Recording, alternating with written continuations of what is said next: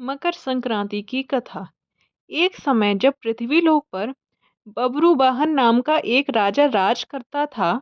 उसके राज्य में किसी चीज की कमी नहीं थी। इसी राज्य में एक हरिदास नामक ब्राह्मण भी निवास करता था, जिसका विवाह गुणवती से हुआ था, जो कि बहुत ही धर्मवती एक पतिव्रता महिला थी।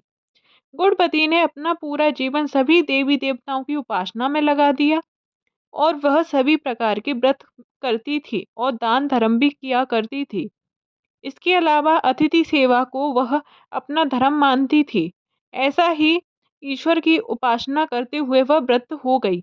जब उसकी मृत्यु हुई तो धर्मराज के दूत उसे अपने साथ धर्म राजपुर ले गए।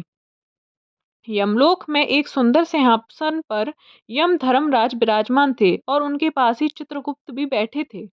चित्रगुप्त जब धर्मराज को प्राणियों का लेखा जोखा सुना रहे थे, तभी यमदूत गुणवती को लेकर पहुंचे। गुणवती यमराज को देखकर थोड़ी भयभीत हुई और मुंह नीचे करके खड़ी हो गई। फिर चित्रगुप्त ने गुणवती का ब्यौरा निकाला और उसके बारे में धर्मराज को बताया। धर्मराज ने गुणवती का पूरा ब्यौरा देखा और वे प्रसन्न हुए, लेकिन फिर भी उनके मुख पर थोड़ी सी उदासी भी छाई हुई थी। यह देखकर गुणवती ने पूछा, हे प्रभु, मैंने तो अपने जीवन काल में सारे सत्कर्म ही किए हैं, फिर भी आपके मुख पर उदासी छाई है, इसका कारण क्या है? प्रभु, मुझसे क्या भूल हुई है? धर्मराज ने कहा, हे देवी, तुमने सभी देवी देवताओं के व्रत किए हैं, उपासना की है, लेकिन कभी भी तुमने मेरे नाम से कुछ पूजा या पाठ या दान नहीं दिया। धर्मराज की बात सुनते ही गुणवती क्षमा याचना करने लगी और कहने लगी, हे प्रभु, मुझे आपकी उपासना के बारे में कुछ पता नहीं है। कृपया करके मुझे ऐसा उपाय बताइए प्रभु, जिससे सभी मनुष्य आपकी कृपा के पात्र बन सकें।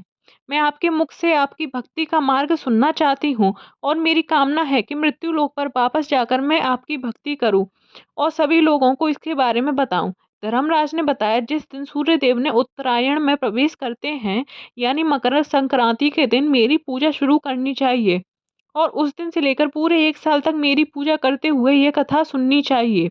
साथ ही मेरी पूजा करने वाले व्यक्ति को धर्म के इन 10 नियमों का पालन अवश्य करना चाहिए। धीरज रखना यानी संतुष्ट रहना, अपने मन को और सभी को क्षमा करना, किसी प्रकार का दुष्कर्म नहीं करना, मानसिक और शारीरिक शुद्धि का ध्यान रखना, अपनी इंद्रियों को वश में रखना, बुरे विचारों को अपने मन में न लाना, पूजा पाठ और दान पुण्य करना, व्रत करना और व्रत की कहानी सुनना, सच बोलना और सभी से अच्छा व सच्चा व्यवहार करना, क्रोध न करना। धर्म के इन सभी लक्षणों का पालन करते हुए 1 साल तक मेरी कथा नियम से सुने, दान पुण्य और परोपकार के काम करें और अगली मकर संक्रांति पर इस व्रत का उद्यापन करें। इसके बाद मेरी एक मूर्ति बनाकर विधि विधान से प्राण प्रतिष्ठा करवाकर हवन पूजन करें। साथ ही चित्रगुप्त की भी पूजा करें और काले तिल के लड्डू का भोग लगाएं। इसके बाद ब्राह्मण भोज करवाएं व बांस की टोकरी में 5 सेर अनाज का दान करें।